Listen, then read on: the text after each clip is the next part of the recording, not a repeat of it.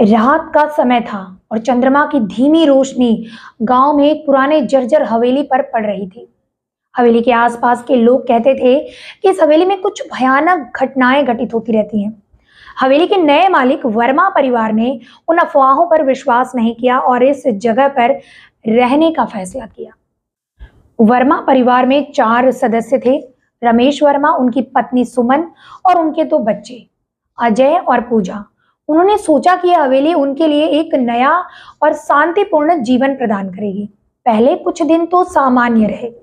बच्चे हवेली के बड़े मैदान में खेलते और सुमन घर की साफ सफाई में व्यस्त रहती। एक रात पूजा ने अपने कमरे में अजीब आवाजें सुनी। उसने महसूस किया कि कोई उसके कमरे में चल रहा है। उसने यह बात अपने माता पिता को बताई, लेकिन उन्होंने इसे बच्चों का वहम मानकर टाल दिया। अगली रात अजय ने भी अपने कमरे में एक छाया देखी जो अचानक गायब हो गई। ये बात उसने भी अपने माता पिता को बताई, लेकिन वे इसे भी नजरअंदाज कर गए। समय के साथ घर में अजीब घटनाएं बढ़ने लगी। दरवाजे अपने आप खुलने और बंद होने लगे। बत्तियां अपने आप जलने और बुझने लगी। एक दिन सुमन ने रसोई में काम करते हुए किसी की हंसी सुनी। उसने पीछे मुड़कर देखा, लेकिन वहां कोई नहीं था। इस बार उसने रमेश को इस बारे में बताया।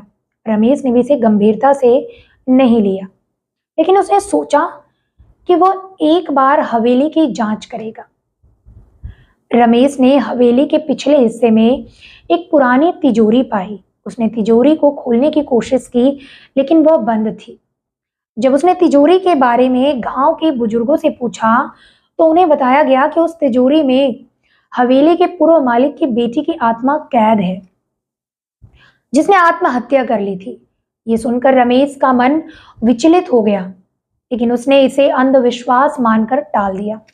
एक रात जब सब सो रहे थे, हवेली के अंदर एक तेज चीख सुनाई दी। सब जाग गए और देखा कि अजय और पूजा अपने कमरे में नहीं थी। सबने मिलकर उन्हें ढूंढना शुरू किया, लेकिन वे कहीं नहीं मिले। तभी सुमन ने देखा कि तिजोरी का दरवाजा खुला हुआ है।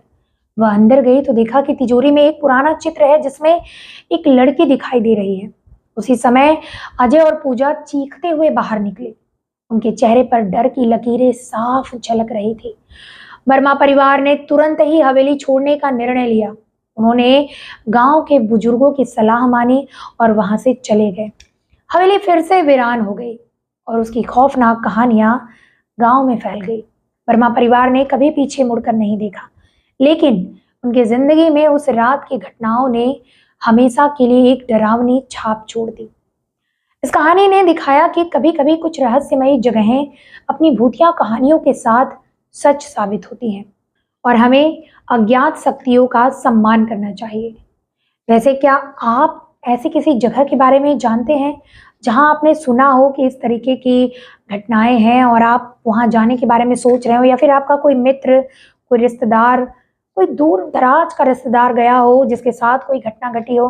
अगर आपके इर्द गिर्द में ऐसा कुछ हुआ है तो हमें कमेंट करके जरूर बताइए।